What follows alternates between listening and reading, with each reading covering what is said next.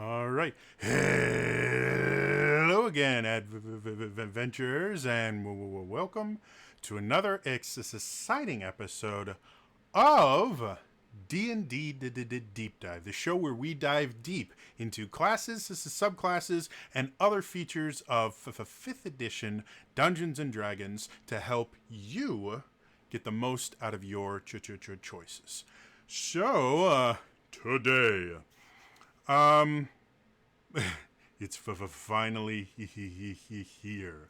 If you guys have been watching my D&D deep dive for the last couple weeks, I have been going through Heroes and Villains of the Theros, the new supplement for the new Theros campaign setting.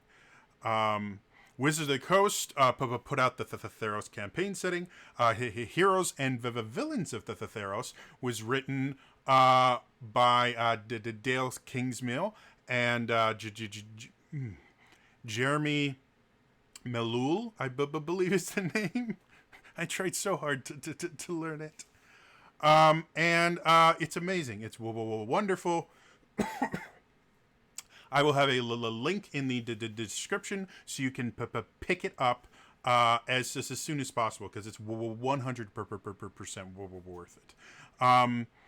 A little over half of the supplement is new subclasses, one for every class. I've covered everything up to the Warlock and the Wizard, which is what I'm going to cover today. Some slight updates.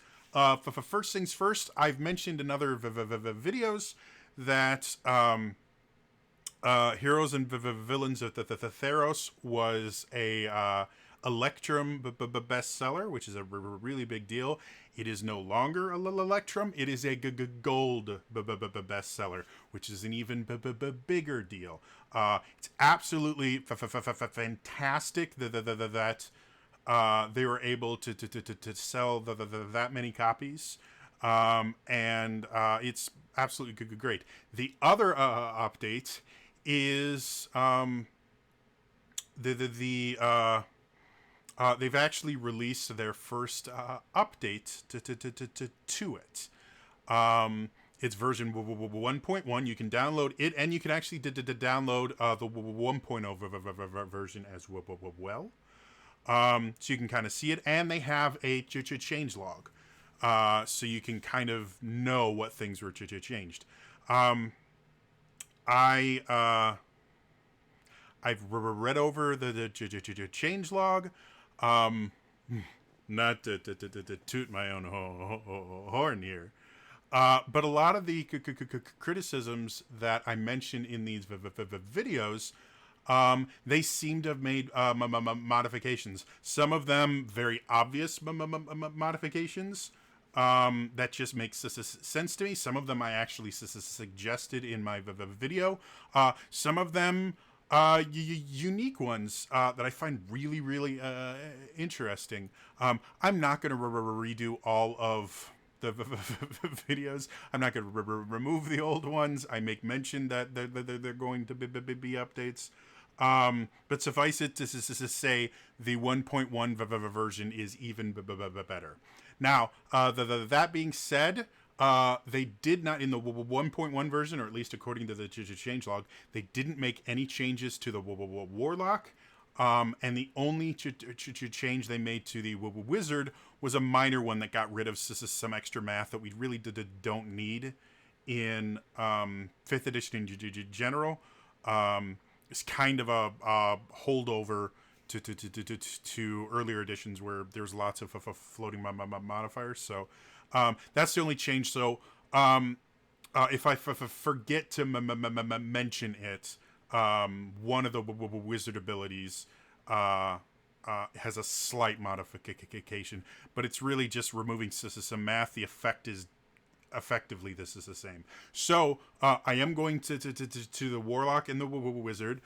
Dael and Jeremy, if you are watching this, and if my ego is correct, and you guys did take my suggestions to heart, thank you. I really appreciate it. I hope you guys are enjoying stuff like this. For everyone else, I hope you understand what a big deal it is that they are taking feedback, not just from me, though. For me, that is a really big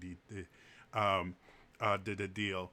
Uh, but they're taking feedback from DM's Guild page. I didn't see a ton of the feedback there, so I'm certain that people are giving them feedback in other ways as well, probably through Twitter. I don't know if Dael has a Discord. I think she does, but I'm not 100% sure. But what I want to emphasize here is the unique thing about the DM's Guild, and I think the best thing about it is when you give feedback to a smaller author compared to something like Wizards of the Coast, the DM Guild Adepts, there is an extremely good chance that they're going to hear you, and if your criticism is actually valid and useful, you might be able to help improve the products that you love. Now, I do want to make a huge emphasis that there is a huge, ginormous difference between constructively criticizing something and complaining about stuff you don't like. One day I may make a video about that in specifics about how to give constructive criticism.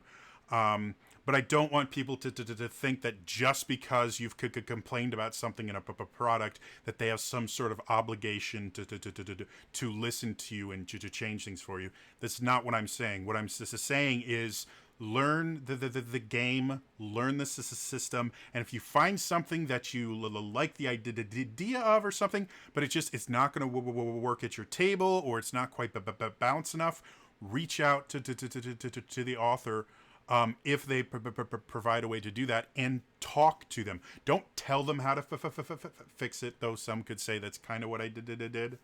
Don't yell at them. Don't chastise them. Reach out. Say, hey, this is what I see. These are the things I like. These are the things I don't quite like. And these are some suggestions I have as to how I think they might be to change for the better. And then understand that you can be wrong. One of the changes that I'll go into right now, because this is already going super long, they changed the monk. Remember, monks are my thing. I love me some monks. If you look in the comment section of the deep dive where I cover the monk, Dael and I have a bit of a conversation, and I kind of try to dissuade her from making a strength-based monk, because in my mind, it just wouldn't work. It forces you to change how the monk is built and everything like that. You have to reduce at least one of the stats. Like, it didn't make sense to me. And so I made my point. She said she disagreed with me. And that was it. And she made it just a change. It's still a strength-based monk, and I've got to say, I love it. And it's the most innocuous to change I could have. Like, it's literally the tiniest change she could have made, and it cleared up almost all of my issues of a strength-based monk. It really did. And it did it so subtly. The change she made was basically, if you you can use your strength instead of your wisdom mod for your stunning strike DC. That's it. Because stunning strike is a uniquely monk move. It's, as much as it doesn't show up in the first two levels, it's a defining feature of the monk. And the actual monsters in 5th edition are actually built so that the vast majority of them don't have resistance to stun, because monks are supposed to feel special in order to do that. And her original suggestion talked about just reducing the wisdom score. I'm like, well, then you're going to cripple stunning strike, which is really important for a monk. It really, really is. It's part of their class toolkit, and you use it constantly. And yeah, she just changed, which from a martial arts perspective actually makes sense. I have never knocked someone out myself, mostly because most of my martial arts training, I never did full contact sparring. We did light contact sparring. And in like a contact sparring, I actually have been knocked out. It was real quick. Like I hit the ground and I was still conscious. Everything dropped and so from a martial arts perspective and a fight science perspective, there's two different ways you can knock somebody out. You can hit the right point that causes generally a knockout is because your brain moves a little bit too much, because your brain isn't connected to anything. It just kind of sits in there. And if you hit the right spot, you can cause, things to get squished in that. You get a concussion, and it can cause your nervous system to just kind of blink for a second. So that would be a dexterity kind of thing. You hit the right spot with the right amount of force, you knock someone else. The other way to do it, which is a lot harder to be blunt, and to use the right pun, so you can just hit them really, really hard in the head, and they will get knocked out. It causes a lot more damage. It can do a lot more permanent damage. It can, like, you hit them hard enough, you can kill them, but it's still very, very possible. And when you're talking about a mystical kind of Chinese folklore style monk that we see that has that ki ability, using your ki to strengthen your punch even more to stun someone, makes perfect sense. So that's what I'm just saying. Just because I gave her this suggestion, she didn't take most of my suggestion, which is perfectly fine, because she didn't agree with it, but she still changed it. And I think with that change, I love I think it's Crown of Rages monk. Like I want to play it now. I think it's really cool. So now that story time is over, if you already have this, go back and be sure to pick up the 1.1 version. I can almost guarantee this will not be the last version, because again, I have my own thing. I have 3 things, only one of which I've ever actually updated. But I went through 5 different updates over, I think, a year and a half or to 2 years. And when you look at like Matt Mercer's stuff, he updated the first Blood Hunter, I think, 8 times, and then released a brand new version of it. There's going to be more updates, and that's a good thing. But right now, pick up the new version. This video is going to go long, but I cannot do another video on this. I love you, Dael and Jeremy. You're wonderful people, but I'm burnt out on the Theros. So this is going to be the last video. Unless I might make a changelog one where I just talk about more of the changes than just the monk. I might not, but let me get through this. So let's go. Let's go to the Warlock, the Forgotten God. Reminder of how 5th edition design is focused. Every class should play very differently from each other, and the things that define the class, that make it play differently than other classes, should show up within the first 2 levels. Warlocks actually get to choose their subclass at level 1, so this can actually help define, just like sorcerers, it can actually help to define the class, which is a good thing. the things that define a warlock, other than their chosen pact creature, whoever they could create their pact with, are warlocks have what's called pact magic, which is an entirely different way of casting spells. Basically, warlocks have extremely limited spell slots. At max level, they only have 4. However, their spell slots, their warlocks spell slots, are always the highest level you can have as a warlock. The highest level spell they can cast. So at level 3, they can cast first and second level spells. So they have all of their spell slots are level 2. At 5th level, all their spell slots are level 3. It makes the warlock very interesting to play, because unlike all other spellcasting classes where they sometimes have an option to cast things at higher levels, warlocks always cast at higher levels for their low level spells, and that turns into really interesting things like Armor of Githis, or however you pronounce that. It gives you temporary hit points that anytime somebody hits you, they take, like it for first level gives you 5 temporary hit points. If somebody hits you with a melee attack, they take, or I think it's any attack, they take 5 hit points of damage. For every level above 1, you add extra hit points to it. But the damage doesn't decrease based on how many you have left. It's based on the initial. So let's say you have 15 temporary hit points. A guy comes up and hits you first. This is 7 damage and then 8 damage.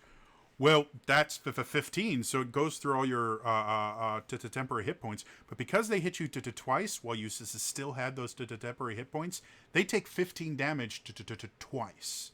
So you effectively, without using a reaction or anything, just did double their damage back to them without taking any damage of your own. And so a lot of warlocks' specific spells are kind of built around the idea that at first level they're going to be a little bit underpowered, and by the time they get to 5th level, which is where those spell slots max out, they're really, really powerful to justify the fact that you only get 4 spell slots. The other thing unique about warlocks is they get their spell slots back on a short rest. So they have less spell slots, and they have kind of less customizability than other full casters. However, even their low-level spells pack up a punch. The other thing that makes a warlock unique is their eldritch invocations, which are effectively things that modify spells for warlocks or give them unique abilities. They have spells that let you cast, or they have invocations that let you cast leveled spells as cantrips. They have invocations that modify your cantrips in a lot of different ways. They have spells that allow you to use your spell slots in different ways. So the warlock itself is very much a cantrip caster that every so often will launch off a really powerful spell. And then when they get really high, they'll get 1/6, 1/7, 1/8, and 1/9 level spell that they can cast once per day without using their spell slots, but that's the only casting they get. So they're weird casters, but they are defined by their limitation of their these spells they can cast, and the fact that they cast cantrips more than any other class, and their cantrips can do a lot of the things that other classes simply can't, because they can modify them drastically. And some of their cantrips are actually first or second level spells, which is even cooler. So let's dive into Warlock, the Forgotten God. So the idea behind this class is when you look at Greek mythology specifically, their pantheon goes through some rotations, kind of. You started off with the Titans, who are just kind of elemental forces, and then I might be getting this wrong. Forgive me, Dael. There's kind of three levels of gods. You had Kronos and maybe not Kronos. The father of Zeus, which I think is Kronos, and Gaia. I have no idea. Wow, Dael, I'm so sorry. You've got multiple levels of gods, and each one replaces an old one. Zeus. Zeus replaced his father. I think his father is what to trap the Titans, or it might have been Zeus that trapped the Titans. I don't know. Yeah, my guys, I had a seizure yesterday. My brain still isn't working well, so forgive me. Anyways, so the idea behind the forgotten god, and you actually see this in other, at least the D&D settings, where there will be gods that died or gods that became more obscured. You see it in Forgotten Realms remarkably often, just because their gods are nuts and like to fight with each other. Things like Baal became a forgotten god for a while, and then came back, and all these other things.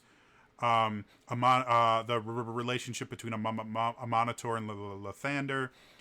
So the idea of a god that's no longer worshipped, but still kind of exists and might come back, is not a strange idea as far as mythology is concerned. And me personally, I like the idea of, you are part of a small group, maybe even like a cult-like group, that is trying to bring a god back to power. One of my favorite book series is the Metachemia series by Raymond D. Feist, and they actually have a subplot in quite a few of the books of gods that actually just died or stopped existing, and the prayers and faith of their followers bringing them back. So I really love that stuff. So concept-wise, I think it's really, really interesting. I like the idea. The whole kind of theme around it is going to be very, very cult-like, with things like blood sacrifices, and transforming people into animals and stuff like that. So really, really interesting. I guess not really a cult, more of just the really kind of bad Greek gods and stuff like that, like the worst stuff that people attributed to some of the darker Greek gods, who most of them weren't dark all the time, but that's another thing. That's the kind of stuff you're going to see in here. So just like every other Warlock subclass, you get an expanded spell list. Most of them make sense. The things like call lightning, conjure animal, dominate person, stuff like that all kind of makes sense with the theme. I'm going to mention, because this is still being sold, and obviously now that it hit gold, people are still buying it. I am going to leave out certain aspects of the features, simply so that someone can't use this video as a way to play the class without actually buying the supplement. So you will hear me reference all the time, hey, if you want to know more about that, check out the link in the description and go ahead and purchase it. It's $8. It's worth it, 100%. So that being said, yeah, the expanded spell list makes sense. Nothing to really to talk about there, other than, yeah, it gives you some cool abilities, or cool spells.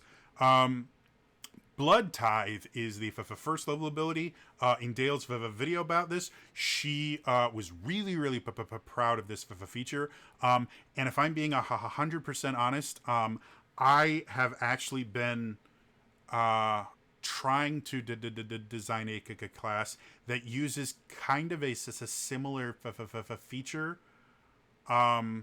where it actually uses kind of blood or life energy to fuel abilities. So I'm actually a big supporter of the idea of a class that actually kind of hurts itself, kind of like the blood hunter, but not quite, in order to fuel its own abilities.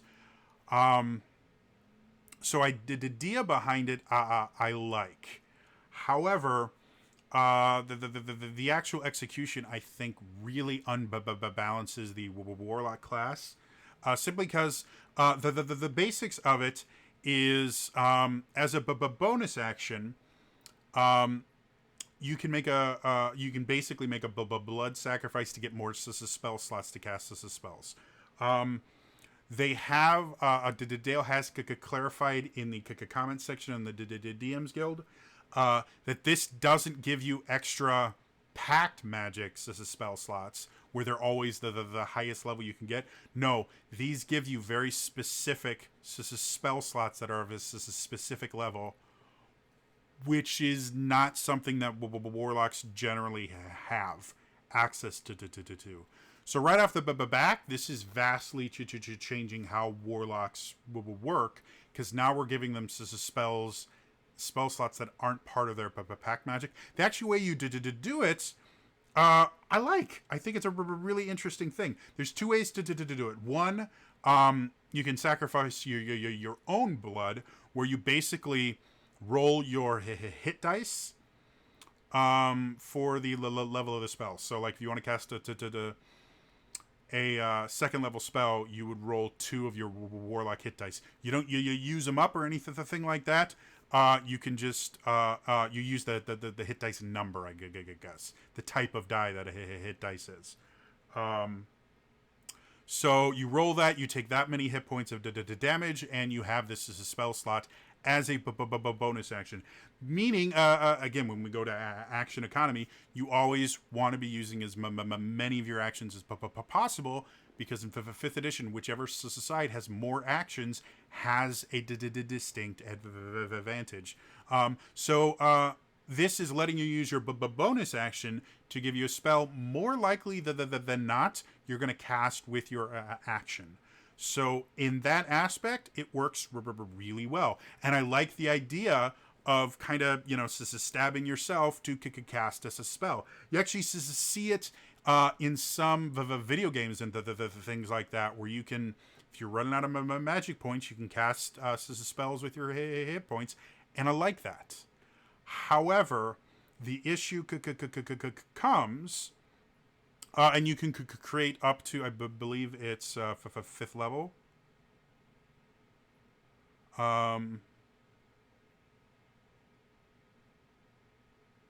It actually doesn't mention here. Yeah, it actually doesn't mention a top level. So I guess that theoretically you could make a 7th or 8th or 9th level. Oh wait, no, an extra spell slot of your current wizard's spell slot level or lower. So you can't create a 9th level, because your warlock spell slots never go above 5th. So yeah, you can hurt yourself, or you can cast with the blood of a beast, which the way that you do it is kind of complicated and requires them being unconscious and all these other things. If you want to know the specifics of how it works, check out the description to pick up your own copy. And depending on the challenge rating of the beast, you will get a different spell slot. And every time you sacrifice another beast, you increase the challenge rating by so it gets progressively more and more difficult to sacrifice beasts, I guess, is the best way to describe it. Any spell slots you could create this way disappear at the end of your turn. So if you use your bonus action, you have to cast it immediately. It also means you can never cast a bonus action spell using this ability, because you can't actually use your action to make a bonus action. It's not how 5th edition works. So there are some limitations. However, again, going back to how the Warlock works, it's based around the idea of limited spell slots. It is a cantrip caster, and their cantrips do so much more than any other class. And their spells, specifically the Warlock only spells, pack a punch. That's why they have limited spell slots. If you could compare it to like a sorcerer, once you get up to 5th level spells, you've got 4 first level, 4 second level, somewhere between the 3 or 4 the 3rd level, generally between 2 and 3 4th level, and then you'll have maybe 1 or 2 5th level slots by the time you get to 5th level spell casting. Warlocks won't. I think they when they get their 5th level slots, I think they only have 2 or I think they have the 3. They might have 4. They can't cast anywhere near as many spells unless they're Forgotten God and use Blood Tithe. The other thing that kind of lessens the impact of this is if you're using the beast thing, like I said, it's really complicated and not really worth your time to do in battle. The only time I could see you ever using the beast thing would be using it outside of combat to cast a spell you don't want to waste Ace as a spell slot on. But with the blood thing, Warlocks, I'm actually going to I should have done this before, but I have no brain. Warlocks have a D8 hit dice. So each level of spell slot, you're only taking a maximum of 8 hit points of damage, which is pretty easily cured by a single potion of healing, or a cure wounds, or even a healing word will generally give you all your hit points back. And as you get to higher levels, clerics and druids and everyone that's got healing abilities have so many other ways to just give out for free hit points that the fact that you're hurting yourself is not that big an issue. Like, one turn you could blood tithe, your next turn you could bonus action chug a potion and possibly get all your hit points back. And if you have higher level, like potions of greater healing or superior healing or something like that, you literally can technically put a monetary value on your spell slots, because you just pick which healing potion fits it best. So this kind of changes the Warlock from this kind of occasional caster to much more like a wizard, but with a lot more modified spells because of their invocations, and a lot more potent things they can do. So as much as I like the idea behind Blood Tithe, the fact that it's giving you extra spell slots creates a huge problem with the Warlock, because it drastically changes how the Warlock is designed to be played. And can really unbalance things, because again, especially once you get above first level, because anyone can get Warlock first level spells with a feat. But second, third, fourth, those are exclusively Warlock spells, and there's no way for you to get them without taking levels in Warlock. And they're limited by the fact that you can only cast them so many times and at a specific level. And that's what they're balanced for. And this just completely breaks that into the entire system. So I like the idea behind it, and if you were playing it,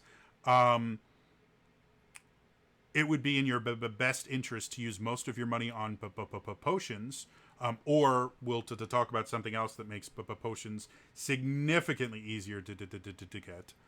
And then just constantly be blood tithing, and you would wreck combat constantly. And even outside of combat, you would probably be doing, because warlocks have really cool spells they can cast. So that's their first level of ability. The next thing they get is Forgotten Purpose at 6th level, which is effectively, whenever a creature comes within 5 feet of you, you can use your reaction to give them the disadvantage on their next attack roll. And they have to make an intelligence save. If they fail the save, they get a huge list of things wrong with them. Disadvantage on dex-based attacks, ability checks, and saving throws, and it can't use reactions. And any attacks made against the creature have advantage. The effect lasts for a minute. They can make another saving throw at the end of their turn, and you can only use it once per for just short or long rest. So this is really interesting. Going back to the idea of action economy, anything that imposes advantage or disadvantage is going to affect the action economy. Simply because it's going to either increase the advantage, is going to make it easier for your actions to actually affect the battle, and disadvantage is going to decrease them. If you miss your attack, you've just wasted that action, and for that round of combat, the other side has a slight advantage. The more times you can get people to miss attacks or fail checks and things like that, the more actions you're taking away from them. And conversely, the more times you can get your team to not only hit their attacks, but to get things like criticals, the more actions you're giving your team, and the more effective actions that they're getting when they're getting crits. So advantage, really good. Saving throw disadvantage is massively useful. Because so many spells use dex saves if they're not making it attacks, so super useful there. Dexterity based attacks, for me, that just adds a little bit of complication that's not really necessary. It's not a bad thing, but none of the monster stat blocks actually tell you what attribute they're using when they're attacking. So it does require you going, okay, well, wait a minute, how do they figure this? Especially if they have decent strength and dexterity. You have to actually look at the number and then try and figure out, okay, well, what's for this challenge rating, what would their proficiency bonus be? And it just adds a little bit of complication that, again, 5th edition is designed to be streamlined. So I can understand the lore reason behind it, but mechanically, I think it just, especially since this is a one and done thing where you have to get a short or long rest. I think just all attacks would be fine. Keeping it to dex checks and dex saving throws makes perfect sense, because those actually are label, and it's really easy to find. But dex-based attacks is just going to be weird, to be blunt. So that's my only kind of criticism of this. But beyond this, I think this is a really effective ability. The fact that they have to get within 5 feet of you does make it a much more defensive ability, since warlocks, unless you're like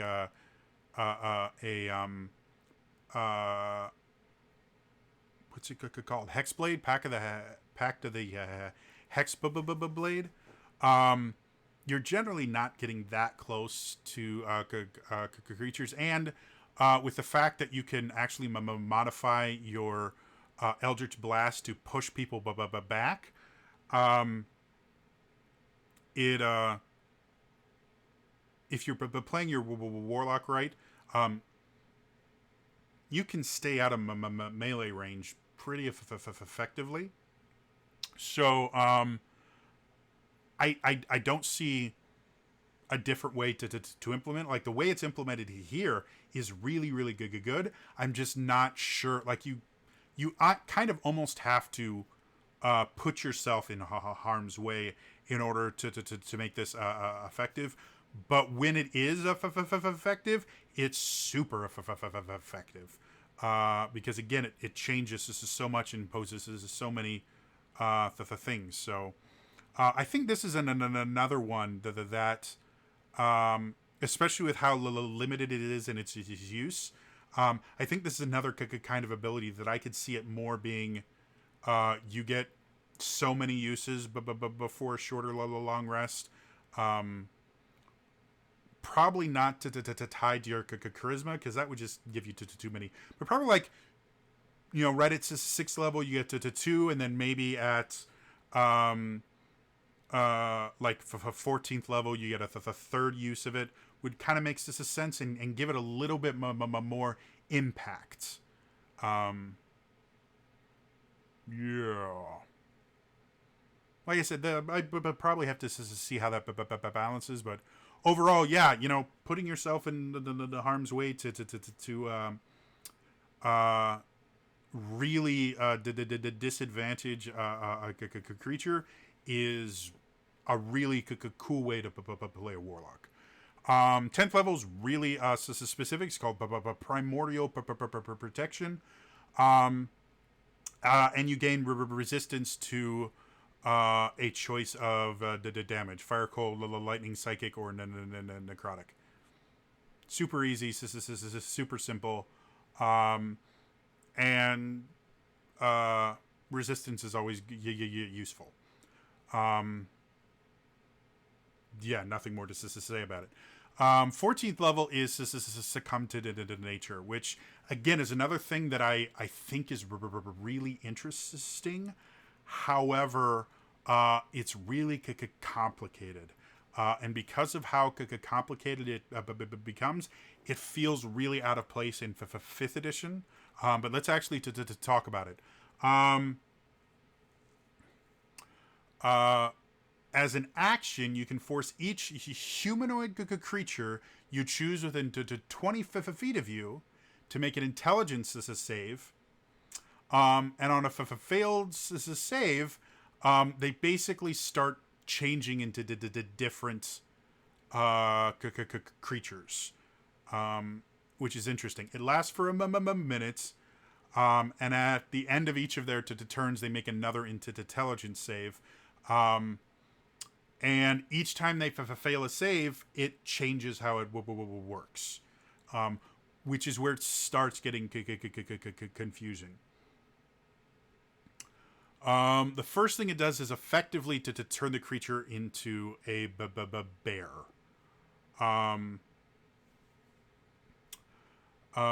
It forces it to drop weapons, and it makes 2 unarmed strikes against a creature it can reach. Now, because it doesn't say you actually transform into a bear, you just kind of look like one.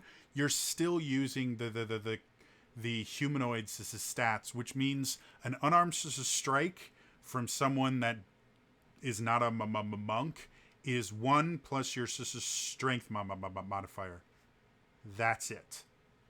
So first things first, even if it does it to attack you compared to what it could have done. It's going to do significantly less all the time, always. An unarmed strike is always going to be, if you're not trained or have something you can do with it, like a feat or something that makes you do an actual die of damage. If you get crit with an unarmed strike, because there's no dice involved, it doesn't change anything. So this is an extremely effective way to change the action economy, and can be really, really effective if you use it on a caster. Because not only do they not get to cast their spell, but they waste their action doing something that they're probably really, really bad at. They might do as a 0 damage because they might have a negative strength modifier. So that's really, really cool. If it fails another save, it turns into a bull, which charges a creature and tries to make the shove action against them. And if no one's close enough to shove, it dashes towards them. Yeah, this is another thing. The shove action does no damage. And if it's not being used to attack in a for some sort of tactical improvement, it's a waste of your turn. It really is. Just moving someone for 5 feet does nothing unless that 5 feet is into fireball or lightning bolt for formation, or pushes them into a pit, or off a wall, or off a cliff. So this is effectively not only burning their action, but now it's burning their move as well.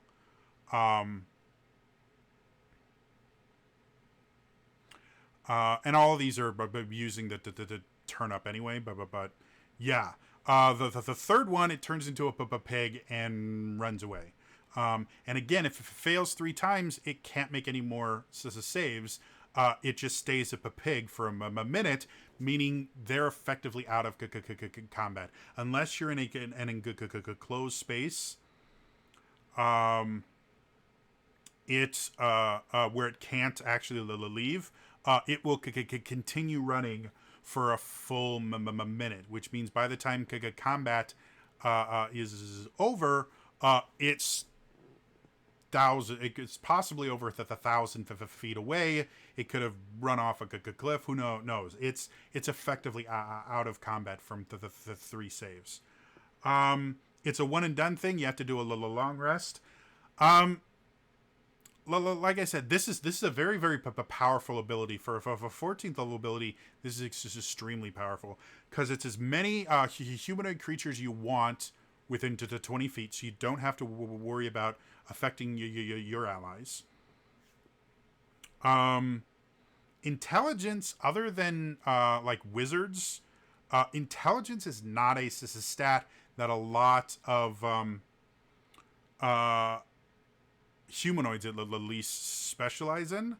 So there's a very good chance they're going to fail their intelligence save at least once, which not only does it start to taking their actions, it forces them to drop their weapons, which can be picked up by an ally, so that they can't rearm themselves, which is a really, really big deal.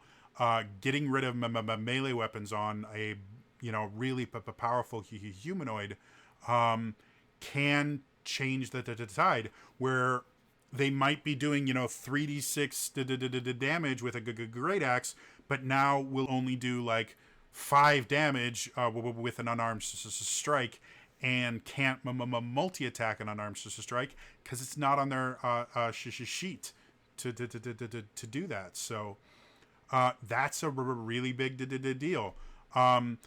The bull thing adds to that as well, because they'll run away from where they drop their weapons. Meaning, if they do save and they can come back, they now have to waste their movement going over and getting their weapons if nobody pick them up.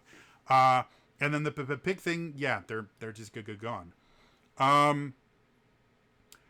Yeah, like I said, this is really, really powerful, especially for 14th level ability. I like the fact that it's one and done because of how effective it can be. I'm just not as big a fan of the fact that each failed save forces you to do something different. Like, this is a really complicated ability. You have to keep track of which save they're on, and what they're supposed to be doing, and who they're going to be attacking or just shoving. It adds a lot of complication, which in the fifth edition I'm generally strongly against. I would almost like this ability more if you got a choice of the three options that you could choose one of them, because again, each one has its use. I would probably say if you did that, the bull one would probably need some modification to actually be a viable choice. But the fact that you get all three of them, I just think it's too complicated is the issue. It's a really cool ability. It definitely fits with the theme, but it adds so much, like to a single round of combat. It just adds so much where the warlock goes, okay, you're going to succumb to nature, and you're going to, and you're going to. You can affect within a 20-foot radius. That's a fireball. You can affect 6 or 7 people easily, depending on how big the battle is.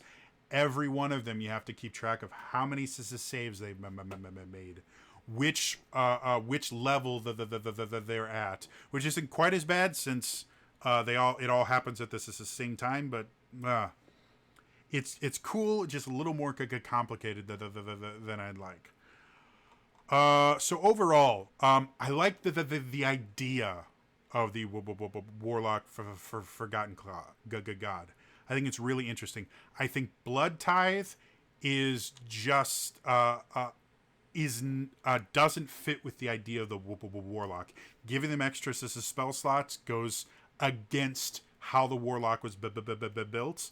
I like the idea that you are using blood to give you more power, but I would much rather see it as, again, the Warlock is kind of about these modifications to spells to make them do different things, as opposed to like sorcerers who modify spells to basically be cast different or harder to hit. I'd love to see Blood Tithe do something that modifies this spell itself, like maybe makes it more powerful, or makes it adds or this could be a cool one. It changes this as a saving throw. Like, that would be a really, really interesting thing to see Blood Tithe do, because simply change the ability to change this as a saving throw versus certain spells is massive. It would massively change how the Warlock plays. It would give the Forgotten God something really, really interesting. And I would probably say it would probably need to be a little bit more expensive than a single hit die or a single low-level creature. But I think that would be a significantly more Warlock the thing to do than adding spell slots, which is goes against Warlock. And I'm not saying changing the saving throw to type would be the only the thing you can do, but I really would love to see Blood Tithe just kind of do something other than give them extra spell slots, because it just doesn't fit with the Warlock. I also wouldn't mind seeing, again, this stuff they have here is interesting and fun, but none of it has anything to do with the Blood Tithe. And I kind of would like to see stuff that modifies the Blood Tithe. That would take significantly more work though to redesign, so I could completely understand why they probably won't do that. So overall, yeah, like I said, the Forgotten God thing is interesting. Blood Tithe is a big problem. But if they can change it to just get rid of the fact that they're giving them extra spell slots, it could be super cool and make it a really interesting subclass. So I know this is going really long, but I cannot make another video. And I think I'm gonna have to, because I gotta. I'll do this real quick, and we'll see what time we've got. Pact Boon. They add an additional Pact Boon. For those of you that don't know, at 3rd level, you get a Pact Boon, which is another thing that kind of changes how you can play your Warlock. One of them gives you a familiar. One of them gives you a weapon you can summon, Pact of the Blade. One of them gives you an actual spell book and additional cantrips to kind of make you a little bit more wizard-like. You still have the same number of spell slots, but you can learn more spells, which is interesting. Pact Boon, Pact of the Cauldron is interesting, to say the least. You get it at the 3rd level, which is when you choose your Pact Boon. And effectively, you can use your action to summon a cauldron, and the cauldron lets you do a bunch of different things. You can identify any item that can fit in the cauldron. It doesn't have to completely fit in the cauldron. It just has to be able to rest in it and kind of stick out an odd angle or whatever. So that's a lot of magic items that you can now identify for free, which isn't that big a deal. This is simply because Identify is already a ritual spell. So there's a lot of ways that Warlocks can get access to the Identify spell and not have to pay for it. So that doesn't change a whole lot, but it does make the Cauldron very useful and interesting. The second thing you get is you can spend a minute gazing into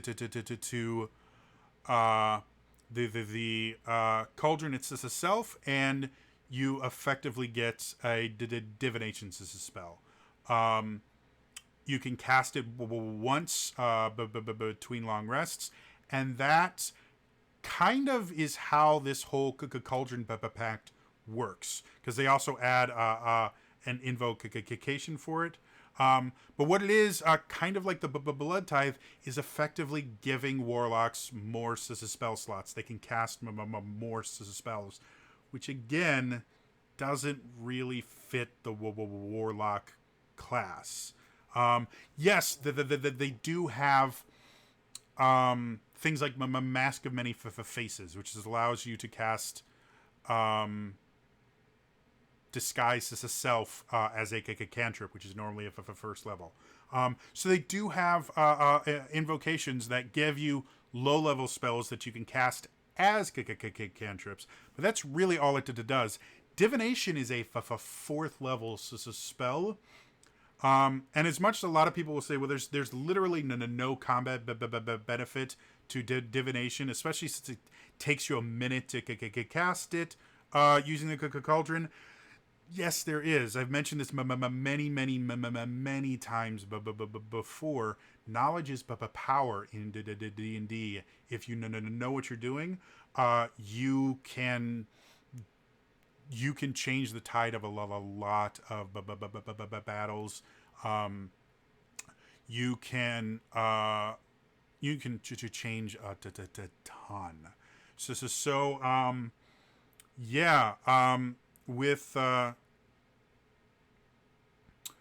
With this, you're giving the 3rd level character an access to a 4th level spell, which they normally wouldn't get for, I think it's like 3 levels.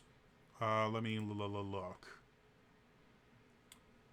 For 2 levels, you normally for 4 levels, you normally don't get your 4th level spell slots until 7th level. So you're giving a 3rd level character access to a spell they normally wouldn't get until 7th level, and they get to cast it for free once a day. That's starting to unbalance things. The third thing you can do is you can basically brew your own healing potions. It takes an hour to do, but in an hour, every hour you suspend, you brew a potion of healing, which doesn't have an expiration. It's not like at the end of the day they all turn back to nothing. No, the potion of healing just lasts. So when you combine Pact of the Cauldron with Blood Tithe, you're kind of creating endless potions that can be used to fuel your Blood Tithe ability. And now it's not even costing gold. Now, again, I understand sitting down and spending the 3 hours brewing potions is not something you're going to be able to do every day. But there's enough downtime in D&D that in general you're always going to have at least one potion of healing, probably the 3, making your blood type that much more effective. And then if you do run low and you don't have the time, you can just buy more. So Pact of the Cauldron, if you mix it with the Forgotten God, creates a dangerously unbalanced character. However, it also adds an Eldritch Invocation. You've got to be in the 9th level to do this. And you have to have the Pact of the Cauldron, which makes sense. But basically, it allows you to brew potions that give you the effect of spells. I'm not going to go through all the spells. If you want to know all the potions you can make, pick it up in the description down below. But they range from 2nd to 5th level spells. And most of them don't have really expensive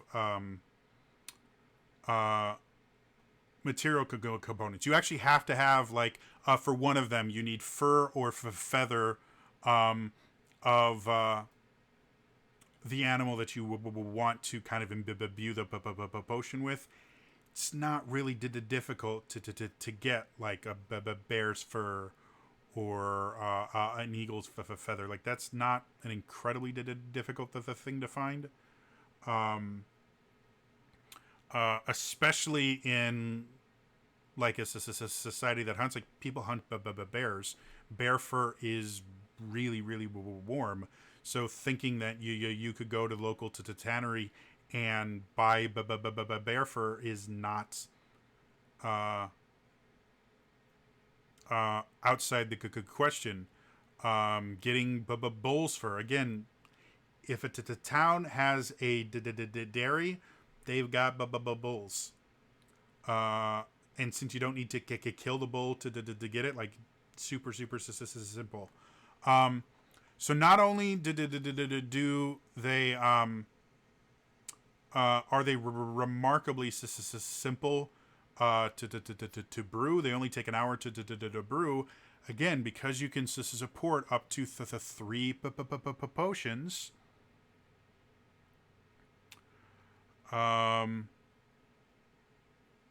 You are effectively giving the Warlock 3 additional spell slots. Now, it does require them to actually ingest the potion, but suggestion is a Warlock spell. And if you blood tie suggestion, it's only a 2nd level spell. And say drink this. As long as they fail, they'll save. They're gonna drink it, and you're going to get the effect of the potion. And with some of these spells, like Dominate Person is the one that made the big issue for me. Dominate Person is an incredibly powerful spell. and can change the tide of battle because you effectively take over one of their characters, one of the enemies, giving your team all of their actions, and taking away all those actions. Like it's incredibly powerful. So yeah, like I said, I'm not going to go into all the potions you can make, but yeah, I can't get behind Pact of the Cauldron either on its own, and especially not mixed with Blood Tithe, because it basically does the same thing that Blood Tithe does. Is it gives the Warlock more spell slots without a huge downside. Like a little bit of damage for extra spell slots is not a big deal. If you got a cleric or druid or bard or paladin or even a ranger, because they get cure wounds, you're never really going to be that bad off for your hit points.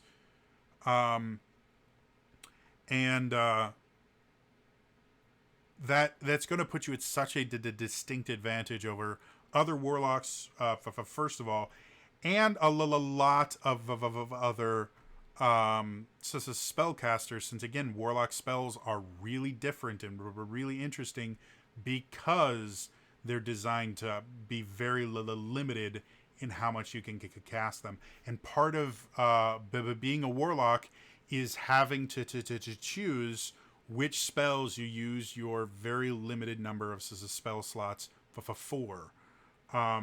This gets rid of that and just gives warlocks a lot of spell slots that fundamentally change how the class works. Yeah. Overall, I love the idea of it. I love a few of the abilities, but Blood Tithe is a really big issue, and so is the Pact of the Cauldron. Just because the way it interacts with warlocks in general fundamentally changes how the warlock works. And the combination of the two is super problematic. So this is the normal length of these videos, and I've only gotten to one class. I'm not going to do the wizard. That means I'm going to have to do another one of these videos. I'm so sorry, but I can't. I've got the therapy soon, to be honest. I can't make this a 2-hour-long video. So that's all for me today. If you like this video, please hit that like button. As I said before, please go ahead and click on the link in the description. Go ahead and purchase this. It's worth it. Just excuse me. I promise it. Even though I had some negative things to say about the Warlock, the product as a whole is amazing. And like I said today, they're updating it. They're making it better. So definitely pick it up. Like I said, if you like the video, please like the video. It helps feed the algorithm. Please subscribe to the channel to see more of this stuff in the comments below. I'd like to know what do you guys think of just the idea of forgotten gods in general?